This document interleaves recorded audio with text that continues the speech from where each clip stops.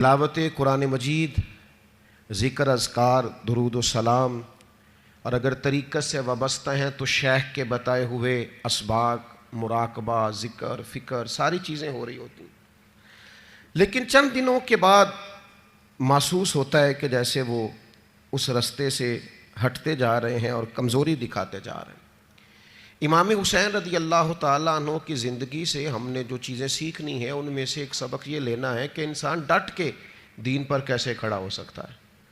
आप यकीन कीजिए, बहुत सारे लोग ऐसे हैं जो मुखलिस हैं, चाहते हैं मैं दीन पर अमल करूं, लेकिन सिर्फ अपनी बरादरी का मुकाबला ही नहीं कर पाते, अपने दोस्तों के बीच ही स्टैंड नहीं ले पाते, अपने घर के अंदर ही उन्हें खड़ा नहीं होना आता, ज़रा सी भी इस्तकामत नहीं दिखाते।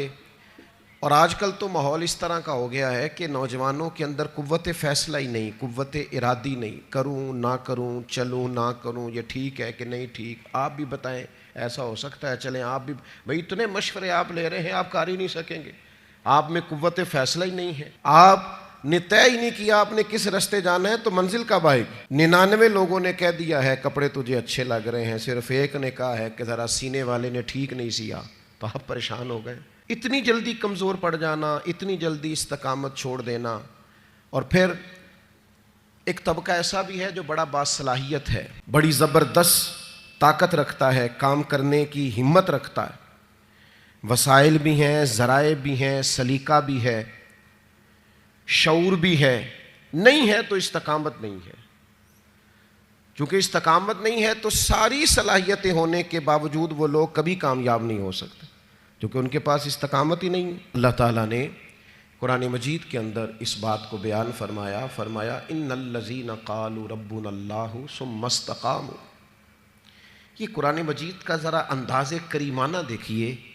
फरमाया बेशक वो लोग जिन्होंने कहा अल्लाह हमारा रब है, सुम्मस्तक़ामू, फिर वो डट गए, जम गए इस बात पर अल्लाह हमारा रब है, फिर इस पहलू पर पूरे तौर पर वो खड़े हो गए, तो या अल्लाह उन्हें क्या मिलेगा। फरमाया ततनज़्ज़लु अलैहिमुल मलाइका, हम उनकी मदद के लिए फरिश्तों का नुज़ूल फरमा देंगे, फरिश्तों का उन पर नुज़ूल होगा। अल्लाह तखाफू वला तहज़नू, फरिश्ते उनसे कहेंगे न खौफ खाओ न गम करो, व अबशिरू बिल जन्नतिल्लती कुंतुम तुअदून, और उस जन्नत पर खुश हो जाओ जिसका वादा तुमसे तुम्हारे रब ने फरमाया है।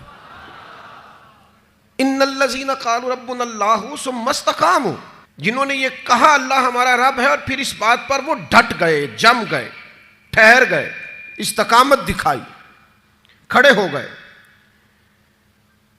ये नहीं फरमाया कि फरिश्ते आए तो वो डट गए। कुरान मजीद की तरतीब याद रखिए। फरमाया पहले वो डटे, सुम्मस्तक़ामू, पहले वो डटे, जब वो डट गए ततनज़्ज़लु अलैहिमुल मलाइका, फिर अल्लाह ने उनकी मदद के लिए फरिश्ते भी नाजिल फरमा दिए। पहले तुम्हें डटना है, फरिश्ते बाद में आएंगे। तुम्हें एक दफा डट के दिखाना है कि हम डट गए, हम खड़े हो गए, फिर फरिश्ते आए।